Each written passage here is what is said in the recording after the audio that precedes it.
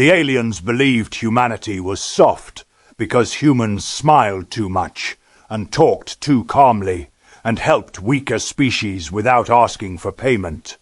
And for almost 200 years nobody saw humans start a war or threaten another civilization, so the galaxy slowly decided that Earth was harmless and weak and easy to control. Because every powerful species in the galaxy had something terrifying about them.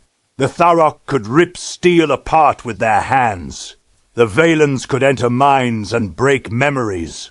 The Kroth Empire controlled half the known systems, with fleets large enough to block out stars. But humans looked ordinary and fragile and painfully emotional. And when humans joined the Galactic Council, most species laughed behind their backs because they expected humanity to disappear within a few decades. But humans survived and expanded slowly and peacefully, and whenever pirates attacked trade routes, human ships rescued civilians before protecting cargo. And whenever planets suffered famine, Earth sent food instead of soldiers, and the galaxy called humans naive. Because kindness was seen as weakness in space, and the Kroth Emperor believed the same thing, which is why he made the greatest mistake in galactic history, because he looked at Earth and saw prey instead of predators. And when the Kroth fleets entered human space, nobody panicked, because humans did not send threats or emotional speeches or desperate diplomacy. Instead, every human colony suddenly went silent, and that silence spread fear faster than any weapon, because military channels disappeared. Civilian broadcasts stopped, cargo lanes emptied, and even human entertainment networks vanished, like an entire species had suddenly stopped breathing, and the Galactic Council thought humanity was preparing to surrender. But the oldest races in the galaxy became nervous because ancient civilizations understood something younger species did not understand.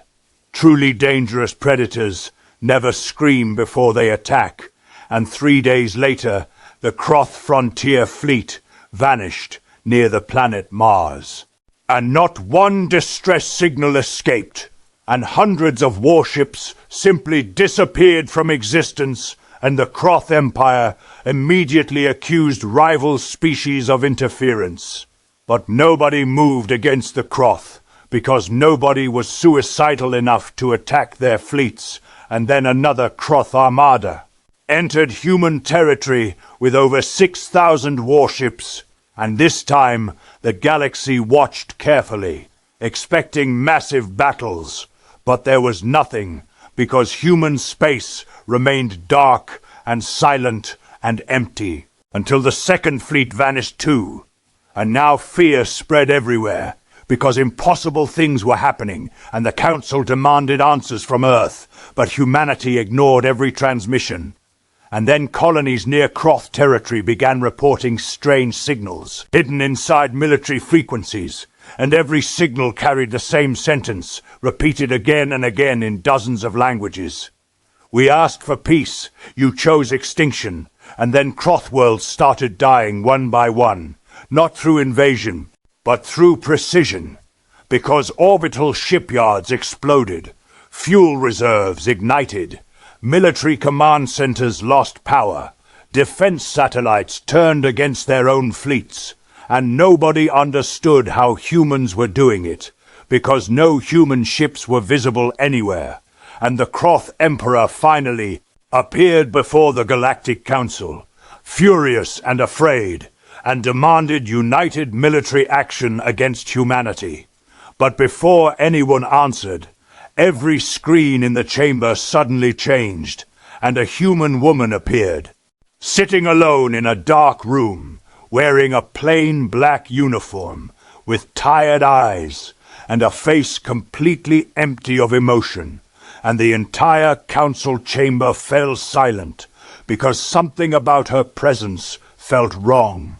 like a calm person standing inside a burning building and not caring about the fire, and she introduced herself simply as Admiral Sophia Kane of Earth's Defense Command, and then she looked directly into the cameras and spoke in a quiet voice that somehow terrified billions of people. "Across the galaxy, more than screaming ever could," she said. "For 2 centuries, humanity hid its military strength, because we learned long ago that power without restraint becomes extinction."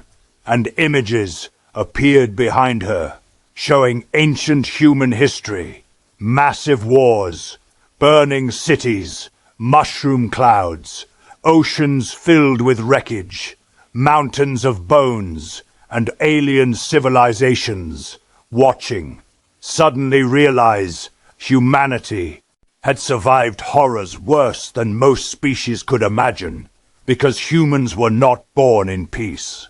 They were shaped by endless conflict, and Sophia continued speaking, while those terrible images filled every screen in the galaxy. And she said, "Humans are not peaceful because we are weak.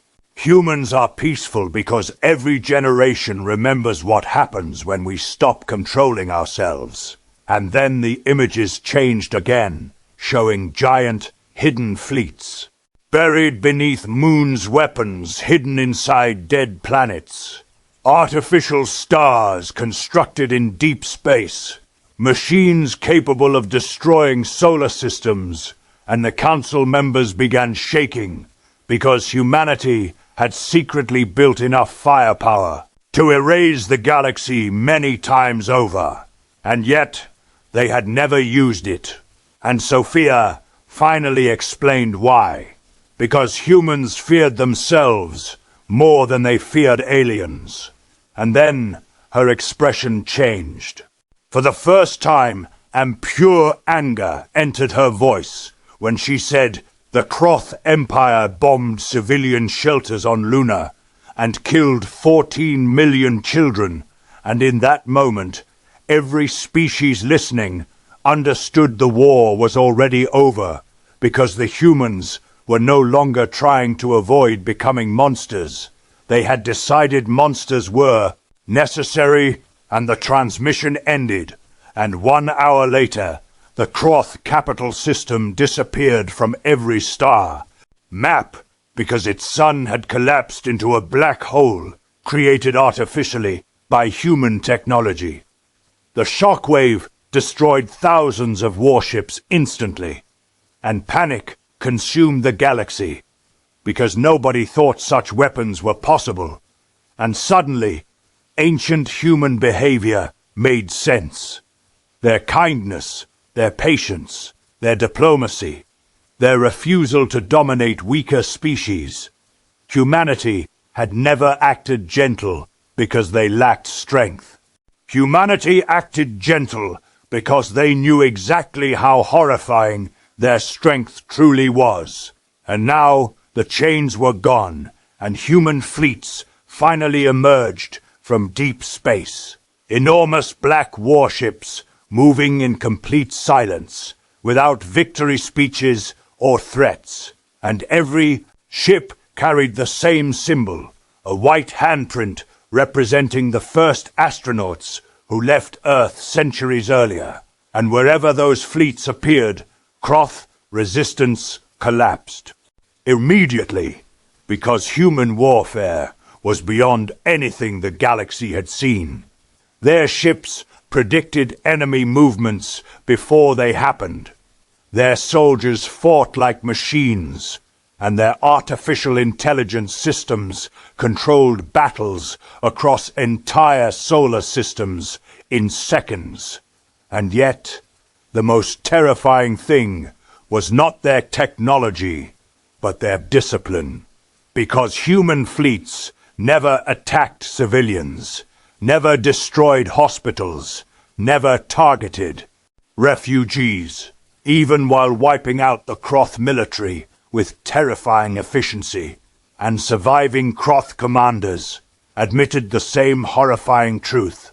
Humans could have exterminated their species completely within weeks, but chose not to, and that mercy scared the galaxy even more, because restraint requires confidence, and only truly unstoppable civilizations can afford mercy.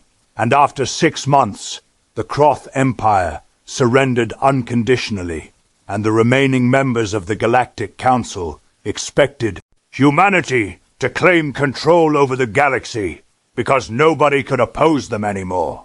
But instead, human fleets withdrew from conquered systems, and Earth announced the end of military operations and immediately began rebuilding planets destroyed during the war. Human medical ships entered enemy territory. Human engineers restored power grids. Human cargo fleets delivered food to starving alien populations, including former Croth citizens. And the galaxy could not understand why, because no empire in history had ever shown kindness after victory. And during the final council meeting after the war, a frightened alien diplomat finally asked the question everyone wanted answered. He asked, why did humans help species that mocked them, betrayed them, and feared them? And the human ambassador standing before the council smiled gently and answered with simple words that would later become the most famous sentence in galactic history. Because if power only exists to destroy, then the monsters already win. And for the first time since humanity entered the stars, the galaxy finally understood who humans really were. Not the weakest species, not the strongest species, but the species that looked into darkness for thousands of years, survived it, and then chose kindness anyway.